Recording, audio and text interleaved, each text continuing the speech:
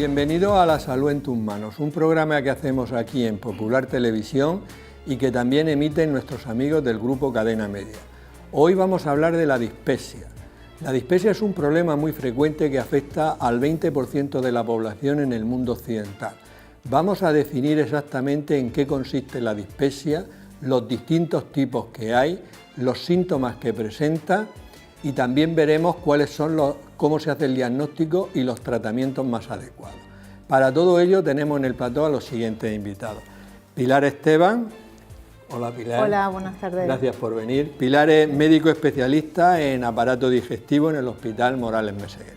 Ángeles Aragón, gracias Ángeles por estar otra vez aquí. Siempre a ti, Juan. Tú eres médico especialista en medicina familiar y comunitaria. Y senador Morán, gracias senador por venir desde Cartagena. Un placer. Tú eres médico especialista de aparato digestivo en el Hospital Santa Lucía de Cartagena. Os recuerdo que este programa lo podéis ver en nuestro portal de salud, lasaludenttusmanos.ucam.edu, donde no solo podéis ver el programa, sino que hay 500 vídeos cortos hablando de alimentación, ejercicio y prevención y tratamiento de distintas enfermedades. Hemos sacado las cámaras a la calle y vamos a ver qué le gustaría saber a distintas personas sobre el tema que tratamos hoy, es decir, sobre la dispepsia. ¿Qué puedo tomar para aliviar la dispepsia? ¿Qué alimentos o bebidas producen la indigestión? ¿El ejercicio físico ayuda a combatir la indigestión? Estas preguntas las iremos respondiendo a lo largo del programa. Voy a empezar contigo, Pilar.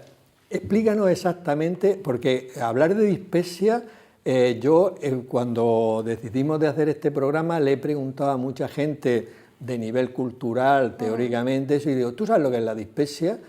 Y no tiene la mayoría de las personas no tienen una idea clara de qué es la dispepsia. Acláraselo.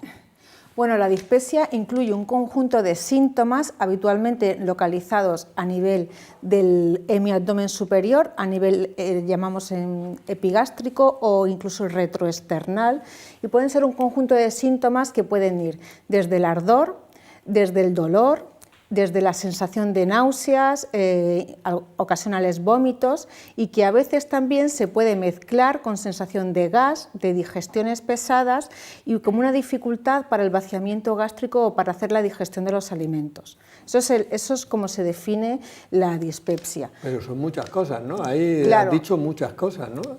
Efectivamente, bueno, la dispepsia la podemos clasificar en función de los síntomas, en dolor epigástrico, y otro es el distrés postprandial, que es como se clasifican en función de los criterios diagnósticos de Roma 4, que son los que nosotros utilizamos para clasificar la dispepsia, y tiene que haber una presentación de síntomas durante al menos las últimas 3 semanas y un diagnóstico en los últimos 6 meses. Es decir, se tiene que cumplir una temporalidad claro, para definir los criterios de dispepsia funcional. Perfecto. Y Ángeles, dinos qué tipo de dispepsia hay. Hoy has venido muy moderna con tu iPad y ya todo, ya te digo. En contra del papel para no perjudicar al medio ambiente. Pues como ha dicho Pilar, el trastorno, los tipos que podemos encontrarnos, en primer lugar tendríamos que plantearnos si esa dispepsia fuera orgánica, que hubiera una causa que se haya objetivado, que se haya estudiado, pues ya tendría esa causa. La funcionalidad, lo que se llamaría dispepsia funcional, tiene que ver cuando no se encuentra una causa de un órgano, sin embargo la persona tiene las molestias, el malestar.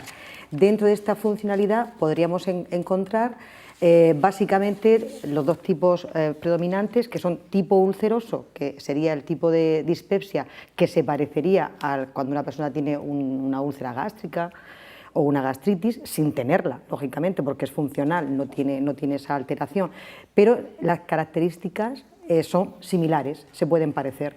El dolor que en la zona epigástrica, que se pueda calmar con la ingesta, que mejore con la toma de antiácidos, tipo Almaz, como la gente suele hacer, o omeprazol y IBPs. Y la dispepsia de tipo dismotilidad, que es lo que también ha comentado Pilar, que sea a lo mejor la más común de la funcional, en el sentido en el que es contraria, es decir, es al revés, cuando come suele empeorar, que la ulcerosa mejoraría con la ingesta, va a tener esa sensación de plenitud rápida, de hinchazón, el vientre hinchado, la dificultad para hacer la digestión, la sensación de saciedad precoz, que enseguida están llenos, y por último, las que no se pudieran encajar en ninguno de estos dos grupos, pues se considerarían inespecíficas, porque no es fácil en algunas ocasiones llegar o encajarlas en una clasificación. Pero por lo que he entendido, o sea, las dispepsias se clasifican en unas que se parecen a la úlcera, en otras que se parecen a que el estómago va más lento. Dismotilidad, es como que no trabaja bien. Como que no trabaja bien y otras indeterminadas, por llamarlas de alguna. Que no encajarían en ninguno de los dos grupos. He estado yo también leyendo que había antiguamente, o hasta hace un tiempo, como que también se consideraba relacionada con el reflujo gastroesofágico, pero finalmente se llegó a la conclusión de que estas personas finalmente sí que tenían algo orgánico. Y lo que manifestaban de este tipo de malestar, pues al final si los estudiabas, pues sí que tenían el reflujo o lo que fuere, entonces pues prácticamente eso ya... Muy bien. En términos así más simplificados, sería así. ¿Y cuáles son las causas entonces más frecuentes de la dispepsia, senador? Porque creo que es importante buscar una causa a esto. Efectivamente. Bueno, una vez que mis compañeras han definido el concepto de dispepsia, así como los diferentes tipos, he de decirte, Juan, que uno de los problemas que tenemos en el manejo de la dispepsia es la dificultad en el diagnóstico. Un ejemplo, ha comentado Pilar que utilizábamos los criterios de Roma 4. Pues utilizando esos criterios, la dispepsia es mucho más frecuente que utilizando los criterios de Roma 3. Es decir, hay una variabilidad muy importante a la hora de definir cuál es la verdadera frecuencia y el verdadero impacto de la dispepsia en nuestro país, en nuestro medio. Lo que sí está claro es que es una enfermedad muy prevalente. Hay un estudio que analiza el porcentaje de pacientes que han experimentado, población general, hablamos de cualquiera de nosotros, que ha experimentado algún tipo de dispepsia a lo largo de su vida, y la cifra es del 39%. Es decir, en algún momento de su vida, 4 de cada 10 españoles ha sufrido algún tipo de dispepsia. Bueno, una vez comentado esto, pues se ha comentado también los diferentes tipos de dispepsia que hay. El más frecuente es la dispepsia funcional. La dispepsia funcional es aquella dispepsia, como se ha comentado, en la cual no hay un trastorno orgánico subyacente, es decir, no hay ninguna enfermedad que la causa. Pero claro, ¿cómo llegamos a ese diagnóstico? Pues investigando. Por tanto, cuando un paciente acude a nuestra consulta, lo que tenemos es un paciente con una dispepsia no investigada. Una vez que aplicamos criterios clínicos y pruebas de imagen y pruebas diagnósticas, podemos encontrar una causa, es decir, estaríamos ante una dispepsia orgánica. Entonces, respondiendo a tu pregunta, la causa más frecuente es la dispepsia funcional, 50-60%. A partir de ahí, ¿cuáles son las causas orgánicas más frecuentes? Una es la enfermedad péptica, es decir, la úlcera, las gastritis, y otra es la enfermedad por reflujo. Como has comentado, se considera una causa orgánica. ¿Cuál es más frecuente? ¿Cuál es medalla de plata y medalla de bronce? Pues depende. Sabemos que la infección por Helicobacter pylori causa mucha enfermedad péptica. Entonces, en aquellos lugares en los cuales haya mucha infección, en la que sea muy prevalente, como es por ejemplo España, pues posiblemente la enfermedad péptica sea la causa más frecuente. Pero como cada vez se trata más, cada vez hay menos Helicobacter, y como cada vez comemos peor y hay hábitos menos saludables, aumenta el reflujo, con lo cual una y otra, enfermedad por reflujo y enfermedad péptica, son las causas orgánicas más frecuentes. Son benignas, es decir, no son cáncer, ¿de acuerdo? Otra causa de dispepsia orgánica muy frecuente, que está que con alta frecuencia en los últimos años, es el consumo de fármacos. Hay gran cantidad de fármacos, por ejemplo la digoxina, el hierro, los antiinflamatorios no esteroideos, eritromicina, antibióticos, que generan dispepsia. Es decir, son todo datos que tenemos que tener en cuenta a la hora de elaborar un diagnóstico. ¿Y cuáles son las causas, digamos, graves? Pues afortunadamente son infrecuentes, pero existen. Hablamos de cáncer gástrico, hablamos de cáncer de páncreas, hablamos de pancreatitis crónica y también hablamos de un grupo de enfermedades que son de intolerancias a alimentos, como son la enfermedad celíaca e intolerancia a la fructosa y a la lactosa. Causas de dispepsia hay múltiples, pero afortunadamente, pues bueno, las graves, por así decirlo, son las menos frecuentes. Pero lo que veo es que hablamos de dispepsia así como que no estamos diciendo casi nada, y realmente es un tema, por lo que tú has dicho, muy frecuente. Y luego además que afinar en el diagnóstico, ahora hablaremos de todo eso, pero puede a veces necesitar un montón de pruebas o no, ya hablaremos de eso, pero realmente un tema muy interesante. Tenemos una sección, Palabras de Médico. Nuestro profesor de latín y griego, Juan Carlos Ferre, nos va a decir de dónde viene la palabra dispepsia. Muy buenas. La palabra dispepsia hace referencia a la mala digestión, y es que proviene del griego dis, que significa mal funcionamiento, como en las palabras disfunción, dismenorrea o distensión, y del griego pepsis, que significa cocción, digestión. Es decir, que hace referencia a una mala cocción ahí adentro, a una mala digestión. Otra palabra que nos viene a la mente cuando hablamos de mala digestión es la indigestión, que viene del latín in, que significa no, di, que significa separar, y gerere, llevar a cabo. Es decir, que no se puede separar los alimentos, que no se pueden digerir. Una palabra que me gusta a mí mucho y que se oye con bastante frecuencia por la calle es empacho. Estoy empachado. En concreto aquí, en la zona de Murcia, se dice estoy empachado. Viene del francés empêcher y este del latín tardío impedicare, que significaba trabar, atar los pies. Y es que cuando estás empachado no te puedes ni mover. Palabras de médicos. Pilar, hemos dado cifras de frecuencia de la dispepsia. El senador ha dicho hasta un 40% y tal. Pero, ¿esto qué consecuencias tiene? ¿Qué consecuencias tiene? Porque si hay un 40%, ponle, aunque sea un poco menos, de personas que tengan síntomas dispépticos, si consultan con el médico, consultan todos, ¿cuántos consultan? ¿Cómo están las consultas de llenas por este problema? Bueno, toda la clínica compatible con dispepsia funcional que hemos comentado, que como hemos dicho es una sintomatología muy variada, pues claro, como entenderéis, es una consulta muy frecuente tanto en atención primaria como en las consultas de aparato digestivo de los hospitales y consume multitud de recursos diagnósticos, claro, porque el diagnóstico se hace por exclusión, es decir, hay que hacer una buena historia clínica del paciente, clasificar muy bien los síntomas y en función de esa sintomatología ir acercando las exploraciones diagnósticas pertinentes para excluir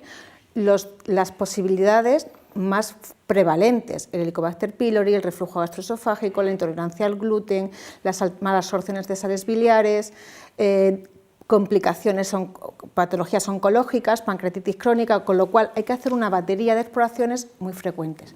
Como ha dicho el senador, la prevalencia de la enfermedad puede ser variable en función de los criterios clínicos que hagamos, pero se estima que ronda, según las publicaciones, pueden ir desde un 20 hasta un 45% de afectación clínica de pacientes con dispepsia y se estima que hasta un tercio de la población mundial ha tenido síntomas dispépticos. La mayoría son pacientes sanos, que han normalizado la enfermedad, que son síntomas alternantes y que no suelen consultar, pero hay un porcentaje de pacientes que consultan reiteradamente y que ocasionan una gran utilización de recursos sanitarios, además de la merma en la calidad de vida y en las dificultades tanto a nivel laborales y personales y de relación que estos síntomas pueden influir negativamente en la calidad de vida de estos pacientes. Se me ocurre ahora que, por ejemplo, hay personas que por estos síntomas de dispepsia que pueden tener, pues se le hacen algunas exploraciones y a lo mejor resulta que una exploración es una ecografía y entonces le descubren piedras en la vesícula. Sí. ¿Justificarían las piedras en la vesícula los síntomas dispépticos? Aunque ese es un tema que trataremos en otro programa porque es muy importante, sí. Pero se me ha ocurrido eso así sobre la marcha. De pronto, pum, una ecografía y no le encuentran nada, pero piedras en la vesícula. Pues mira, vamos a ver, lo que yo no sé es si justificaría realizar una colecistectomía, que es el tratamiento quirúrgico de una litiasis vesicular, en un paciente que venga con sintomatología anodina que quizá pueda mejorar con tratamiento sintomático. Date cuenta que la decisión que hay que tomar ahí pudiera estar relacionado, porque se ha visto que una reducción en la excreción de las sales biliares puede producir una alteración de la microbiota a nivel del bulbo intestinal y producir como un sobrecrecimiento bacteriano, esto conducirá a una inflamación, esto conducirá a una permeabilidad intestinal y se ha relacionado con la fisiopatología de la dispepsia funcional. Ahora bien, la pregunta importante, si tú el consejo que le puedes dar a ese paciente es de operarle la vesícula para una sintomatología que se pudiera controlar con tratamiento sintomático. Vale. Ahora bien, si el paciente añade pues, alteraciones en las enzimas hepáticas, alteraciones biliares, pues entonces sí estaría justificado, pero solo por los síntomas habría que ver primero que se controlen con los tratamientos habituales. De eso tenemos que dedicarle un programa porque es un tema que muy frecuente sí. y que le descubren a uno unas piedras sí. en la vesícula, en lenguaje coloquial, unos cálculos biliares y de pronto dice, hay que operarte y ¿sabes? Eso es un tema que no lo tratamos hoy, pero que lo trataremos otro Perfecto. día. Ángeles, ¿qué es eso de la dispepsia no investigada? Pues hombre, aunque suene así un poco peliculero, en el fondo ya se ha hecho un poco se ha dado la pincelada, ¿no? Y como su nombre indica, sería persona que o ha acudido por primera vez a consultar por esa molestia, por ese malestar, o aunque haya acudido, pues no ha sido estudiado, no se le ha hecho absolutamente ninguna prueba ni ninguna actuación para saber a qué se pueda deber. Ya hemos estado ahondando en la dificultad del diagnóstico de las causas que pueda haber. Entonces, generalmente, en mi consulta habitual sería un ejemplo de una persona que viene por primera vez y consulta pues, con este malestar digestivo, abdominal, vago. Entonces, lo que hay que intentar en ese momento, para que deje de ser una dispepsia no investigada, pues lógicamente es investigarla. Con una primera aproximación muy simple, y ya lo ha comentado también Pilar, pues hay que recurrir a tener un poco de tiempo, es decir, hay que hacer una buena anamnesis, hay que hacer una buena recogida de historia clínica de muchos datos, probablemente incluso de su vida personal, de sus estilos de alimentación, de sus estilos de si hace ejercicio físico, es decir, lo más completa, el consumo de tabaco, el consumo de alcohol, café, drogas, lo que sea. Si son mujeres, el tema que puedan tener relación con problemas menstruales, que son bastante frecuentes, que luego hay un modelo de persona donde van a confluir pues, estas molestias con otras que van un poquito en el mismo grupo de molestias, como pueda ser la fibromialgia o la dismenorrea, que es el dolor premenstrual, u otro tipo de malestares. Digamos que hay que hacer una muy buena historia clínica para intentar catalogar y clasificar, y volveríamos a la primera pregunta, es decir, esta persona me parece que tiene algo orgánico y entonces procedo por el camino de lo orgánico, o me parece que va a ser, pues, como debería ser de la gran mayoría, de las tipo funcional.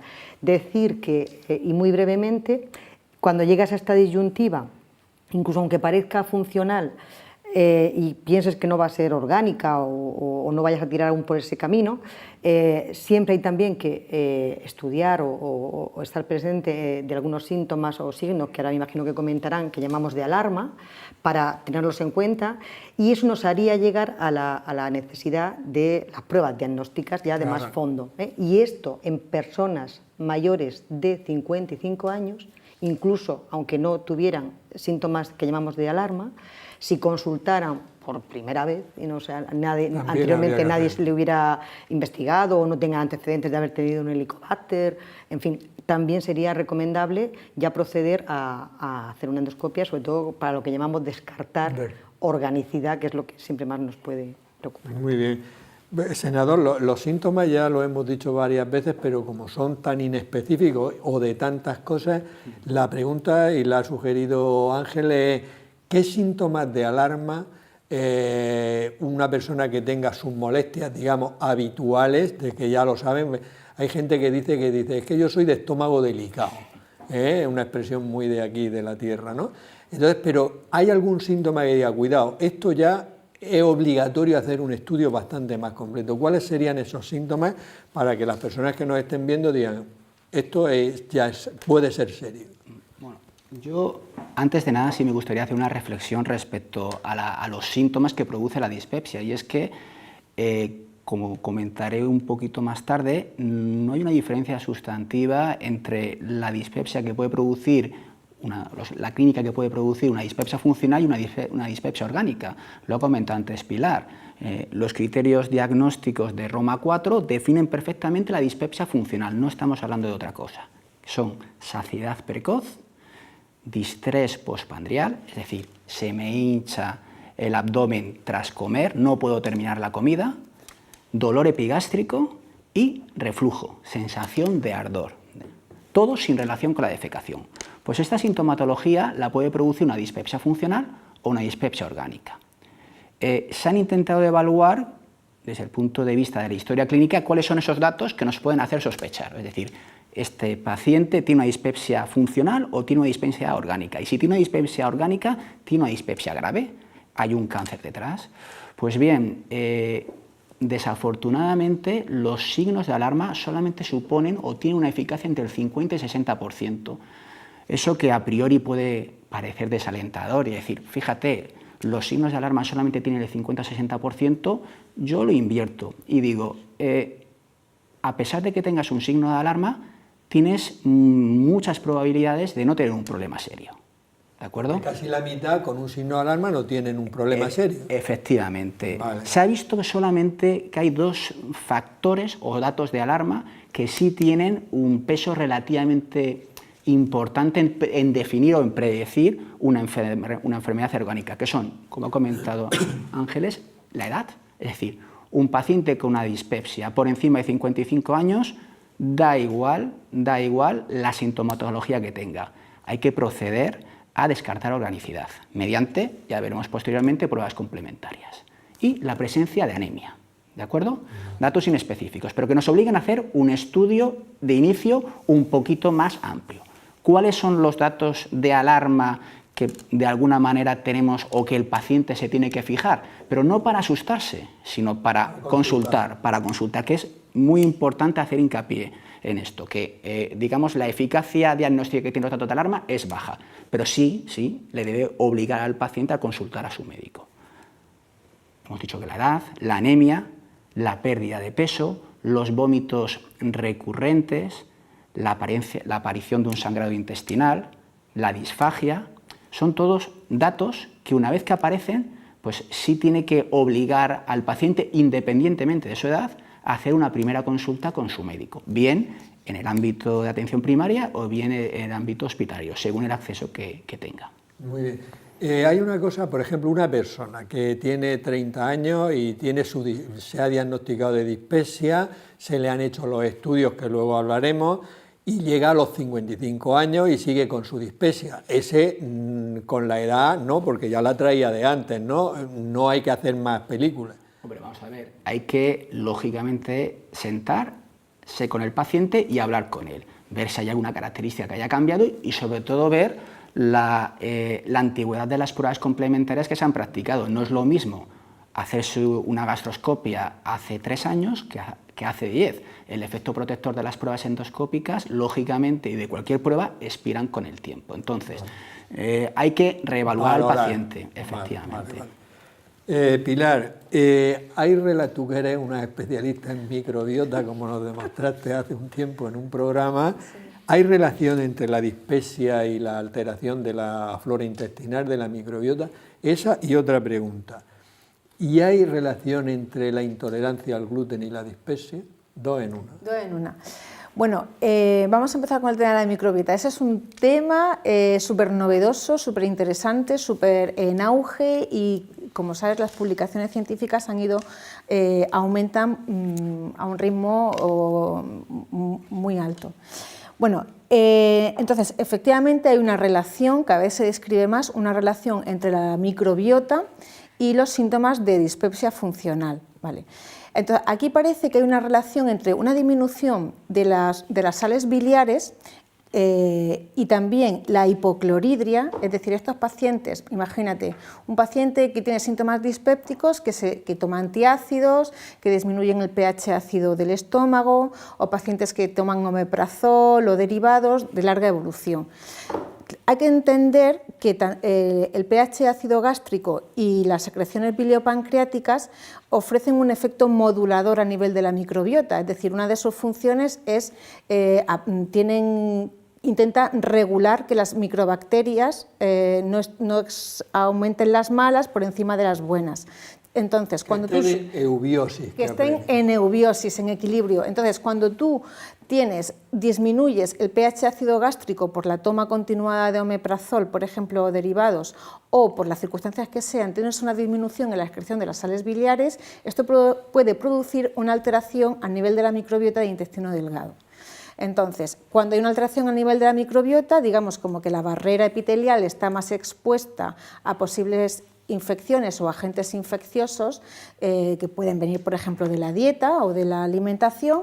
Estos penetran a nivel de las uniones intercelulares, de las celulitas de la pared intestinal, activan una serie de células, como pueden ser los macrófagos o los eosinófilos, que activan la función inflamatoria y inmunológica, y a su vez alteran las terminaciones nerviosas que por el nervio vago van a nivel central.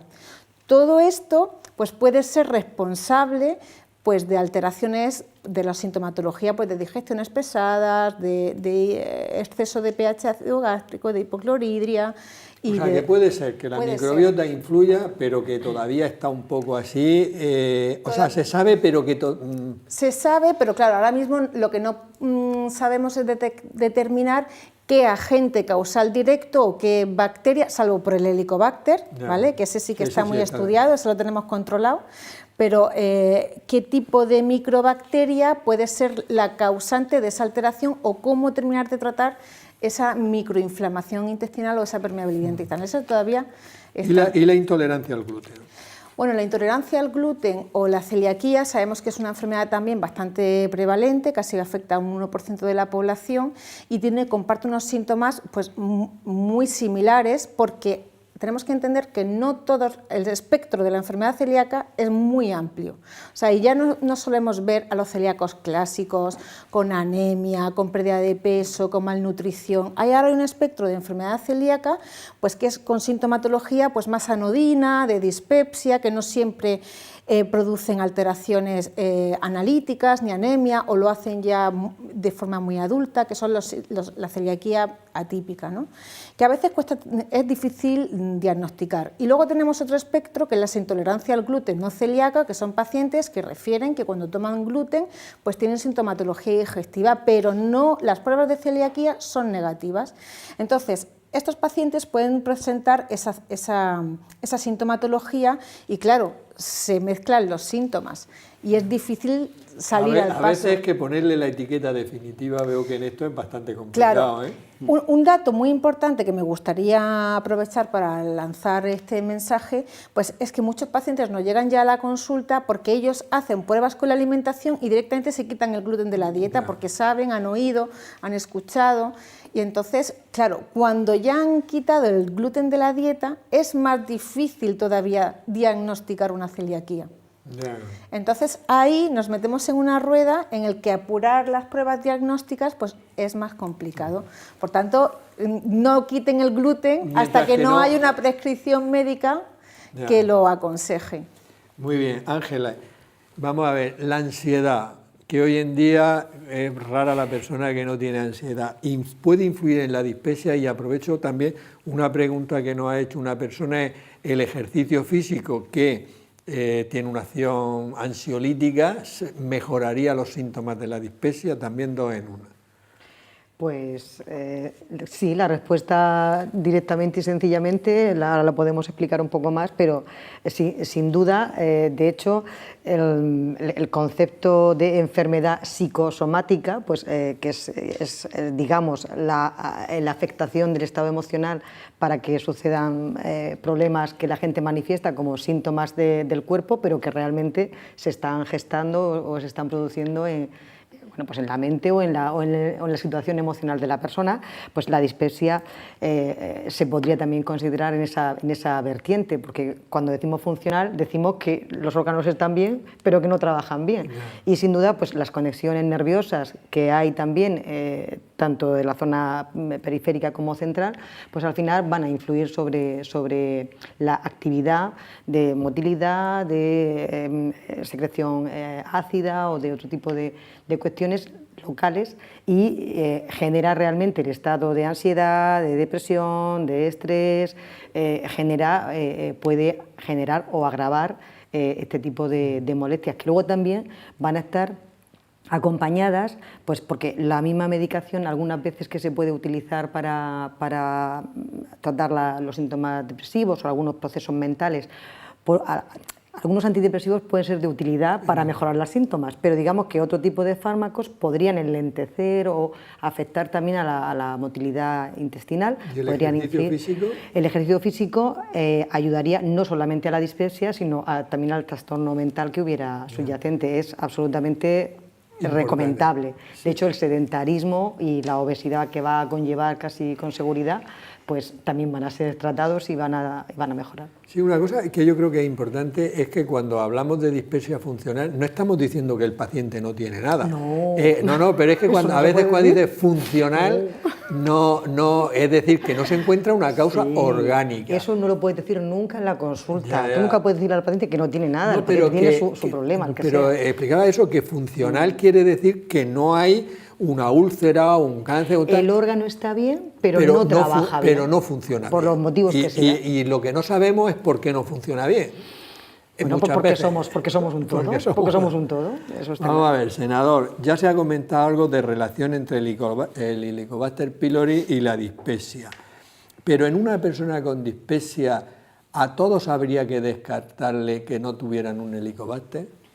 Vamos a ver, ya se ha comentado antes y también en algún otro programa lo que es el Helicobacter pylori. O sea, cuando se diagnosticó y se identificó el Helicobacter pylori, se le atribuyó pues prácticamente todos los males digestivos que uno se pudiera imaginar.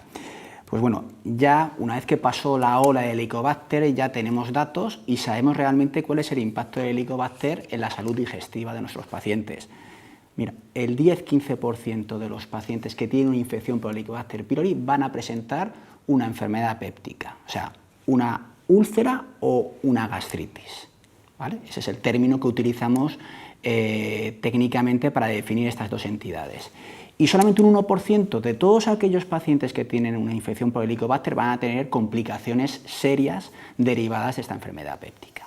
Además, la infección por Helicobacter es aproximadamente la posee el 50 o 60% de la población. Es una infección muy frecuente y es cierto que solamente una minoría de los pacientes tienen afectación péptica.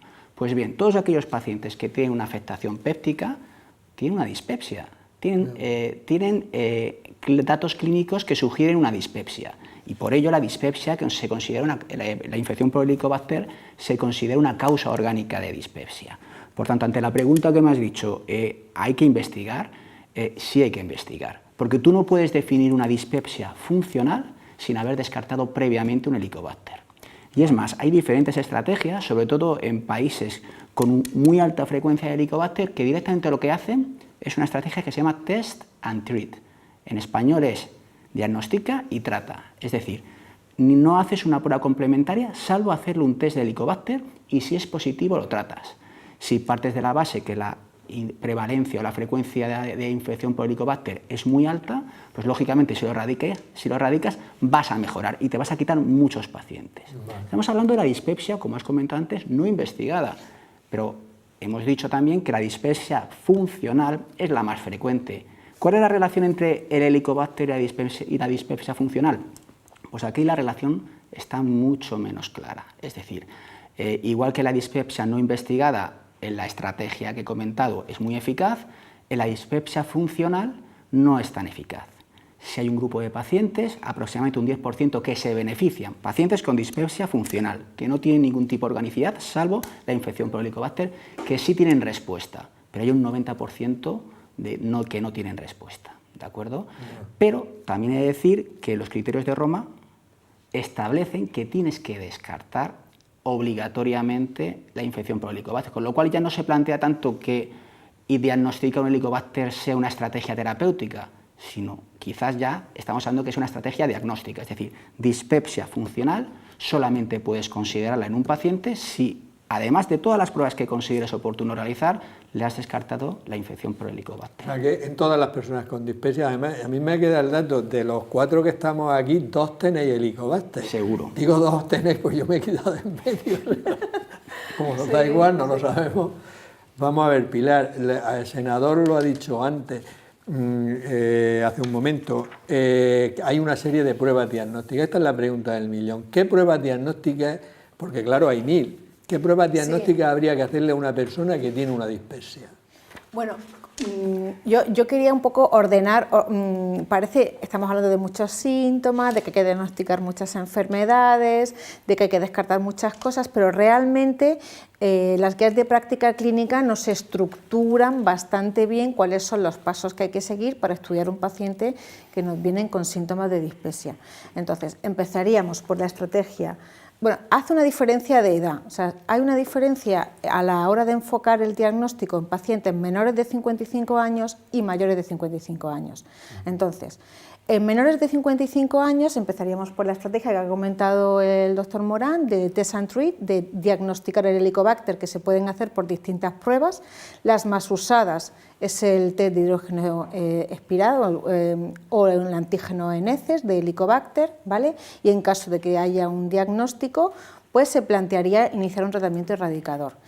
Otra estrategia sería iniciar con tratamiento empírico, con tratamiento sintomático en función de los síntomas, con IVP o con procinéticos en función de los síntomas. IVP, y ver el omeprazol y derivados. El omeprazol y derivados o antiácidos, luego los podemos matizar. Y luego en pacientes mayores de 55 ya hemos dicho que iniciaríamos estudios diagnósticos. La prueba de utilidad y PRINCES es una gastroscopia. La gastroscopia es una endoscopia digestiva alta que se introduce un tubo largo y flexible que está conectado a una videocámara por vía oral. El paciente está sedado, está dormido, está tranquilo, es una prueba muy bien tolerada, una prueba con muy bajas complicaciones y que tiene una importancia vital en el diagnóstico de las dispepsias, porque además permite explora todo el esófago, ve todo el estómago y consigue ver hasta el marco duodenal, con lo cual puede descartar de una única exploración muchísimas de las patologías que estamos hablando. Y además permite introducir, tomar biopsias para luego que el patólogo... Si ves algo que no es normal. Si vemos algo, por ejemplo, una úlcera, una gastritis o algo, o una enfermedad celíaca, o sea, muchísimas de las patologías que queremos descartar, con una gastroscopia se descartan. Se toman biopsias, que eso es coger una muestra de tejido histológico, ¿vale?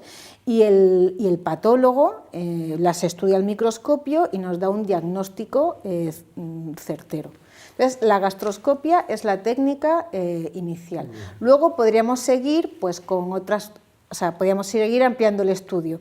Hay que descartar pues, por intolerancia a lactosa, fructosa, en fin, a otra serie de patologías, una mala absorción de sales biliares, pero la primera, la gastroscopia. La gastroscopia. Muy bien. Vamos a ver, Ángeles, conozco personas que tienen síntomas dispépticos y comen con Coca-Cola, toman alcohol, mucho café. Estamos en España. ¿Cuál sería una alimentación adecuada en una persona que tiene dispepsia y qué posibilidades de mejora tendría si come bien? Pues mira, voy a aprovechar y voy a citar a don Miguel de Cervantes. Muy bien. Pues ya sí, ya lo resumo. Todo tuyo. Todo mío. Decía, come poco y cena más poco, que la salud del cuerpo se fragua en la oficina del estómago. Muy bien. ¿Vale?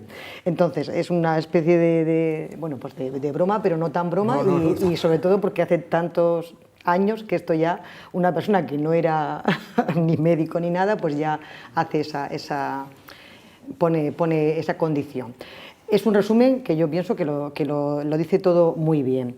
No solamente son los alimentos, que lógicamente, pues, es decir, la lista de alimentos, yo la experiencia que tengo en la consulta, que lo primero que hay que intentar es, aparte de hablarlo y pactarlo con el paciente, finalmente hay que intentar darle alguna nota, pero la nota sola no vale, o sea, el papelito del prospecto solo no vale porque lo tiramos, entonces pues tiene que ser hablado, explicado.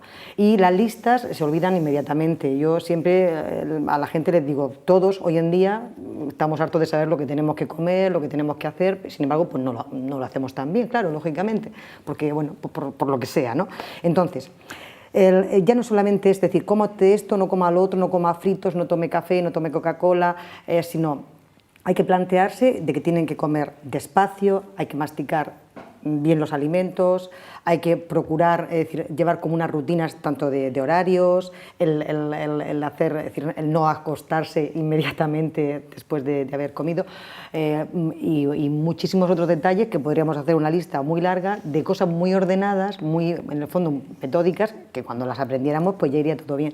Si lo hiciéramos así, muy probablemente muchos síntomas se aliviarían, no digo yo todos, pero muchos, porque estamos, tú hablas con la gente, no puedo, es que yo como en mitad del trabajo, es que yo soy camionero, es que los niños me salen a no sé qué hora, no, es que yo no como porque yo hago el ayuno intermitente.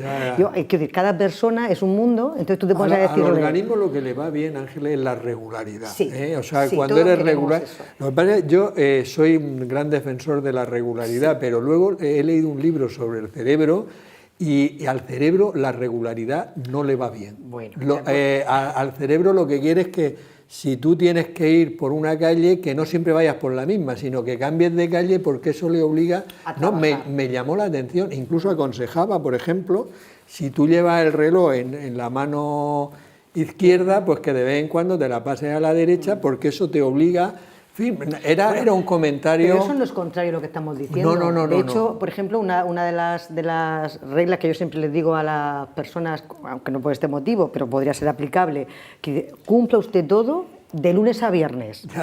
Y los viernes por la noche o los sábados por la mañana se toma usted sus cervecitas, no sé qué, pero de lunes a viernes hágalo usted todo bien. Pero de botellón no. No, de botellón no. Pero lo que quiero decir es que toleramos mejor, claro, tú no le puedes decir a una persona una condena ahí de muerte. Nunca jamás tome usted... nunca jamás, esto no lo cumplimos nadie. Pero que me llamó la atención lo de ese y de hecho yo a veces lo hago, me cambio el reloj de mano, me voy por otra calle para no tener la rutina y que estimular el cerebro. Pero en la cuestión digestiva, digamos, es decir, sobre todo las conductas evitativas de lo que perjudica, porque lo que haga bien, pues eso lo puedes hacer más o menos, pero lógicamente si tú, es decir, eso también se recomienda, es decir, es que cada vez que como pimiento me sienta mal, pues no tome usted pimiento, es que es muy sencillo algunas veces, o sea, no hay que recurrir al omeprazol, es decir, es que pero ¿tendrá algo más? Pues no, tiene usted que no le va bien el pimiento, ya está, por poner un ejemplo. Muy bien, vamos a ver, senador. Pilar nos ha explicado que la prueba más importante en un diagnóstico de esto sería la gastroscopia, pero muchos pacientes tienen gases, ¿cuándo sería necesario o síntomas similares a una intolerancia a los alimentos? La pregunta es, ¿cuándo sería necesario hacer test para ver si hay una intolerancia a la lactosa o la intolerancia a la fructosa en estos pacientes que se quejan de síntomas dispépticos? Vamos, yo creo que Pilar lo ha comentado, o sea, debemos seguir un protocolo diagnóstico a la hora de manejar estos pacientes, porque si no, es cuando comienzan los problemas. Uno de los grandes problemas que tiene el manejo de la dispepsia es lo heterogéneo que es el manejo que le hacemos los propios médicos, es decir, según qué características clínicas hay compañeros o compañeras que tendemos a hacer una cosa y tendemos a hacer otra. Yo creo que es fundamental sentar las bases de lo que es un manejo protocolizado, porque de esa manera podremos mejorar la calidad de vida de nuestros pacientes. En este sentido, yo creo que efectivamente las intolerancias a los alimentos, sobre todo en aquellas situaciones de saciedad precoz, de flatulencia, meteorismo, pues comparten síntomas muy similares a los que observamos en la dispepsia funcional. ¿Cuándo lo realizamos? Pues cuando lo que hemos hecho anteriormente no ha funcionado. Es decir, hemos visto que tiene Helicobacter y lo hemos erradicado y sigue el paciente con la misma sintomatología. Hemos hecho un tratamiento empírico de prueba con omeprazol durante 4 semanas y el paciente sigue igual. Y bueno, si no hay ningún dato de alarma, ya sí plantearíamos el decir, bueno, ¿qué hacemos? ¿Nos vamos a ver si efectivamente hay una intolerancia o realizamos, como ha dicho Pilar, una gastroscopia? Pues depende de si hay datos de alarma, si no hay datos de alarma. Pero lo que quiero transmitir es que todo lo que son intolerancias de alimentos es un abanico diagnóstico que debemos realizar en una segunda línea, una vez hayamos, digamos, seguido el protocolo habitual. Es más, por ejemplo, las guías recomiendan que en un paciente dispéptico, cuando le realizas una gastroscopia, que es una exploración, como ha comentado Pilar, invasiva, pues ya que la haces la endoscopia, tómale una biopsia, independientemente de que veas o no veas hallazgos en la endoscopia, en la gastroscopia. Es decir, debemos hacer un diagnóstico secuencial y sobre todo investigar causas que son mucho menos frecuentes, como la intolerancia a lactosa, intolerancia a fructosa, mala absorción de sales biliares, intolerancia al sorbitol, pues todo ese arsenal que tenemos disponible, pues debemos realizarlo en una segunda línea. Y además comentarte una cosa, y es que las pruebas, no solamente la gastroscopia, pues las pruebas consumen tiempo del paciente, resultan molestas. No sé si sabes lo que supone hacer un test de aliento. Un test de aliento para ver una intolerancia a fructosa y lactosa es que un paciente empeñe una jornada laboral completa para ingerir un sobrecito de azúcar y hacer determinaciones seriadas cada X tiempo. Quiero decir que tenemos que pensar muy mucho cuando realizamos las pruebas, pero que llegado el momento no debemos dudar ni por un instante en realizarlas. Me ha llamado la atención eso que has comentado, de que al que se haga una gastroscopia hay que cogerle una biopsia. Últimamente, sobre todo en un intento de optimizar al máximo el manejo del paciente, pues tanto con el Helicobacter como la enfermedad celíaca, si el paciente viene con el diagnóstico de dispepsia funcional, nunca se ha hecho una prueba previamente y al final pues, bueno, tienes que realizar un diagnóstico de exclusión para asegurar efectivamente que hay una dispepsia funcional. Vale. No, que no lo sabía. Sí, apuntando eso, claro, hay muchas enfermedades celíacas, a veces atípicas, en las que en la endoscopia no se ve la atrofia vellositaria, que es la disminución de las vellosidades intestinales típico de la enfermedad celíaca, y solamente de forma histológica, al tomar una biopsia, puedes ver unos marcadores que se llama linfocitosis epitelial, que eso se diagnostica con la biopsia del patólogo, que si no le has tomado la biopsia, no has llegado al diagnóstico. Ya. Pero con la gastroscopia te quedas, como tú has dicho, en la primera porción del duodeno, ¿no? Llegas hasta la segunda porción duodenal. Entonces, porción. Lo más rentable sería coger biopsias. Bueno, que está establecido serían 4 biopsias a partir de la segunda porción duodenal y también en el bulbo. En distintos sitios. Sitios. ¿Por qué? Porque hay un diagnóstico de celiaquía de bajo grado que puede pasar desapercibido si no tomas biopsias. Y además también añadiendo lo que ha comentado Pilar, hay un porcentaje de enfermos celíacos que no tienen anticuerpos positivos, que serológicamente son negativos, y la única forma del diagnóstico de la enfermedad sería realizar una biopsia. Voy a hacer más programas, pues mira que aprendo yo de vosotros, es una cosa muy interesante. ¿Cuál es el tratamiento de la dispepsia funcional, Pilar? Bueno, como hemos visto a lo largo del programa, la dispepsia funcional tiene una variabilidad de síntomas muy importante, con lo cual, una vez descartadas las distintas causas orgánicas, porque si detectamos alguna enfermedad orgánica, trataríamos la causa orgánica, ¿vale? Pero cuando estamos hablando de dispepsia funcional, iríamos a un tratamiento sintomático. Entonces, aquí entra ya el arte de la medicina, ¿no? De hacer un traje a la medida del paciente en función de su sintomatología, pues entendiendo la frase célebre de que no hay enfermedades sino enfermos, ¿no? Entonces, aquí podemos jugar con un arsenal de tratamiento muy variado, es decir, lo primero, las recomendaciones higiénico-dietéticas y nutricionales. Este es el pilar básico y lo que más cuesta interiorizar a los pacientes. Que la gente no hace. Pues yo les digo en la consulta, vamos a ver, si este escalón no se cumple, voy a tener que ponerte tratamiento a mayor dosis durante más tiempo y con peor resultados clínicos. Entonces, vamos a superar el primer escalón, porque si no hay unos hábitos nutricionales y higiénico-dietéticos adecuados, pues el resto de los tratamientos sintomáticos van fallando. Y aquí también el factor alimentación es fundamental. Hay que saber comunicar a los pacientes que hay muchos alimentos que son súper sanos, sanísimos, como puede ser el tomate, la naranja, o que pueden producir un exceso de pH ácido gástrico. Entonces, si usted tiene síntomas relacionados con el ácido del estómago, tiene que intentar disminuir ese consumo de alimentos, por ejemplo, la menta. O sea, quiero decir con esto que hay muchos alimentos muy sanos que pueden producir sintomatología de aumento de pH ácido, aparte del alcohol, el tabaco, las grasas, que eso ya lo sabemos. Y luego, también hay que tener mucho cuidado con los pacientes que dicen que es que quiero, no es que yo como muy bien, como mucha ensalada, mucha fruta, mucha fibra, magnífico, pero es que el exceso de fibra también puede tener un efecto de gas, de meteorismo, de distensión. Entonces, vamos a ver, ni mucho ni poco, hay que llegar a un equilibrio, y yo muchas veces pues les recomiendo, si no son capaces de modular la dieta,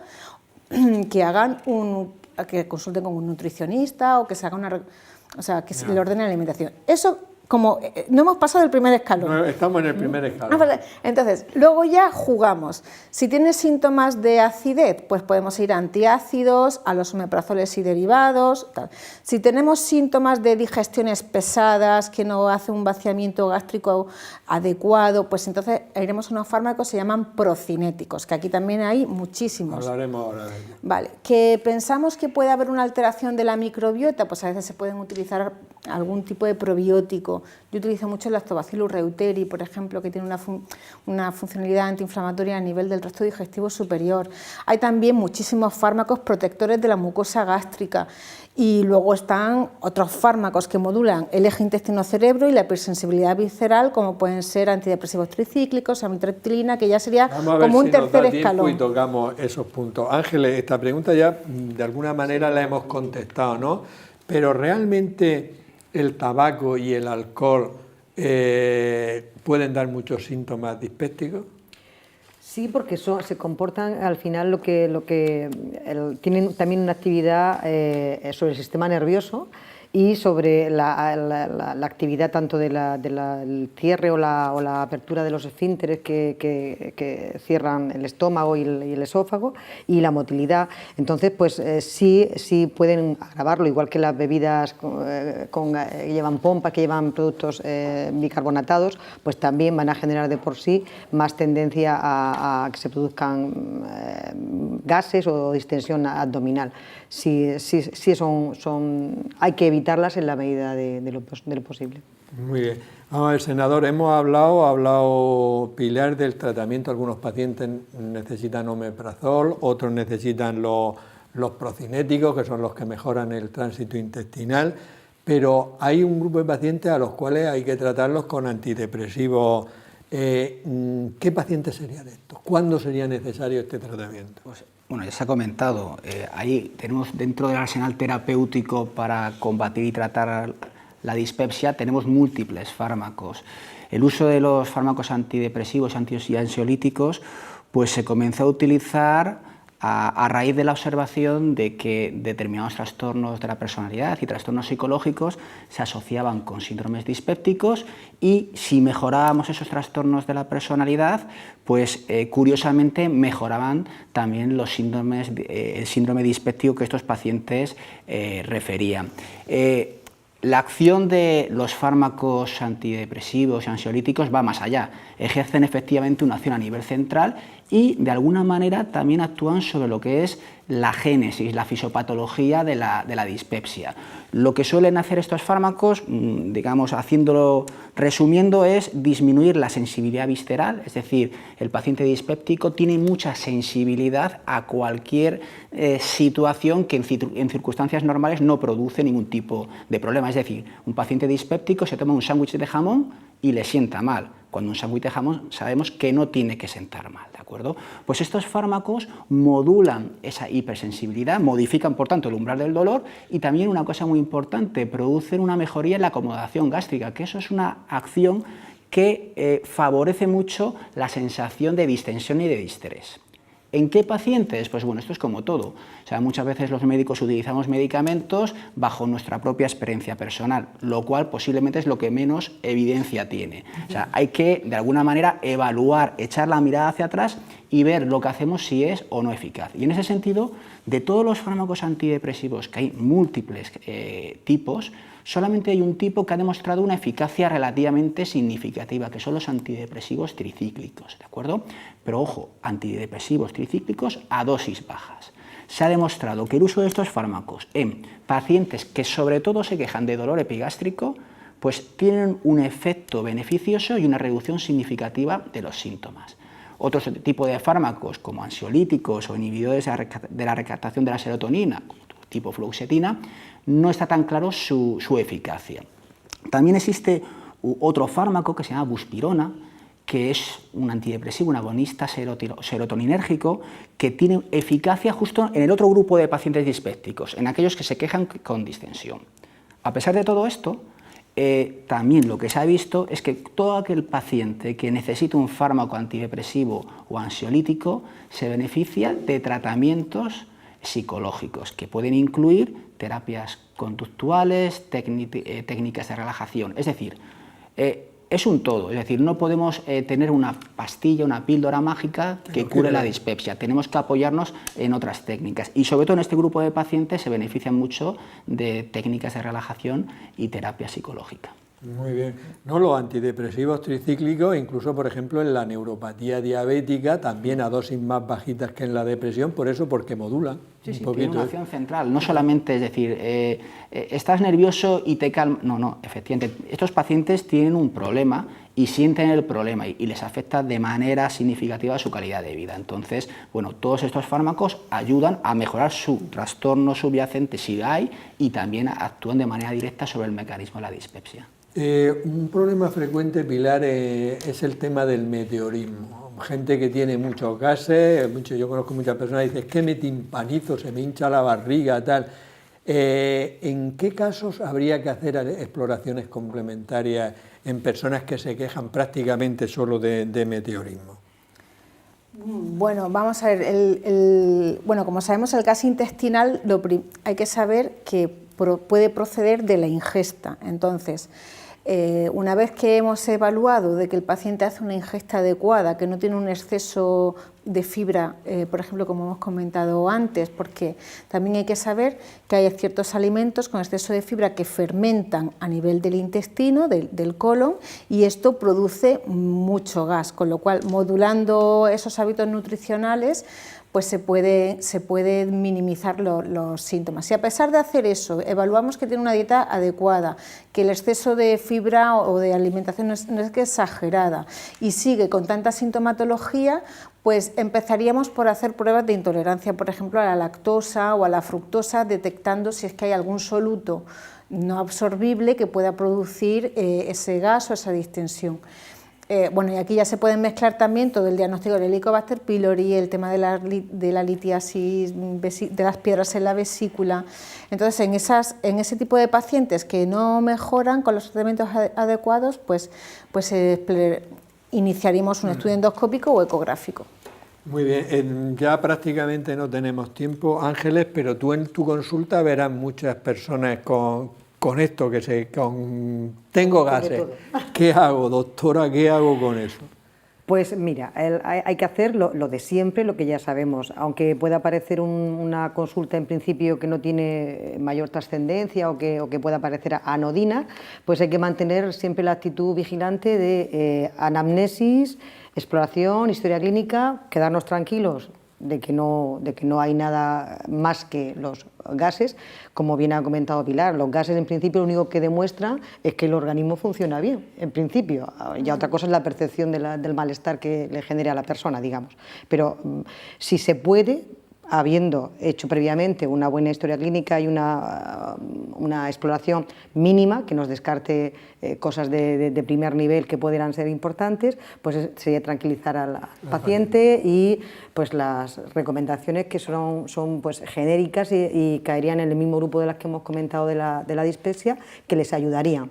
Incluso, por ejemplo, el tema de mascar chicle, mucha gente lo hace, por lo que ha comentado Pilar, de que también parte de los gases se ingiere. quieren, pues hay veces que parece una tontería, pero yo me he acostumbrado a decirlo. Yo ya digo cosas así, pues no haga usted esto, que a lo mejor son cosas que la persona no ha pensado. Os quiero decirte, recomendaciones generales de estilos de vida que son, por supuestísimo, fundamentales, pero vamos, la actuación es esa, que no tenga nada malo, que yo pueda darme cuenta que no hay más peligro, y la recomendación para que pueda mejorar. Sí, el tema de los chicles es muy importante. Y luego también cuando están comiendo, muchas veces a la hora de comer tragan aire, y entonces eso progresivamente a lo largo de la comida, o que hablas mucho durante o que te ríes. O que te ríes mucho, claro, estás ingiriendo gas y aire. Nos están arreglando, sin reírnos y sin hablar, pues ¿para qué sale uno a comer por ahí? Sin tomar cerveza ni nada, o sea, imagínate. Estáis arreglando el programa, no sé yo si esto lo va a ver mucha gente. Vamos a ver, senador, a pesar de todo eso y de hacerlo bien, hay personas que se le hincha la barriga. En esos casos, cuando hay fármacos antiflatulentos tipo simeticona o dimiticona, ¿cuándo sería conveniente usarlos y si son efectivos? Vamos a ver, estos fármacos, te adelanto, son efectivos, pero tienen un problema, y es que el efecto que ejercen es puramente mecánico. Lo que hacen es reducir la tensión superficial de las burbujitas de gas y facilitan, por tanto, la eliminación del mismo. Es decir, proporcionan un alivio sintomático enseguida, pero si no prestamos atención y no sabemos cuál es la causa que produce esa distensión, al final es como dice el refrán, es pan para hoy y hambre para mañana. Entonces, son fármacos eficaces, son inocuos, no tienen efectos secundarios, deben ser usados como complemento, pero tenemos que indagar si efectivamente hay alguna causa, hay alguna mala absorción. Muy bien, ya llevamos más de una hora. Un último mensaje, Ángeles, que tú quieras transmitir sobre el programa. Pues que tenemos que trabajarnos en nuestra propia salud e intentar mejorar cada día, tanto en nuestros hábitos alimenticios como de actividad física. Y si no nos mejoramos, pues lógicamente consultar con el médico. Muy bien.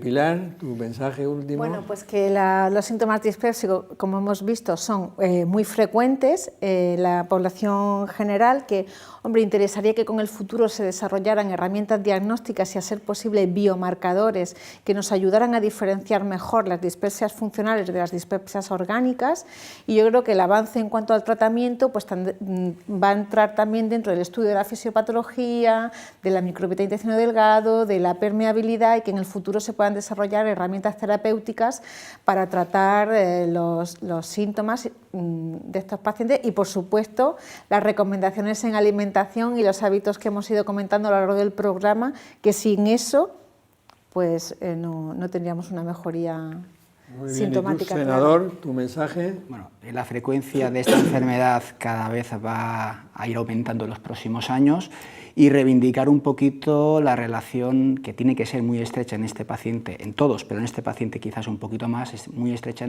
la relación médico-paciente, porque yo creo que es la única opción que tenemos de proporcionar una medicina individualizada y, por tanto, mejorar la calidad de los pacientes que sufren dispepsia.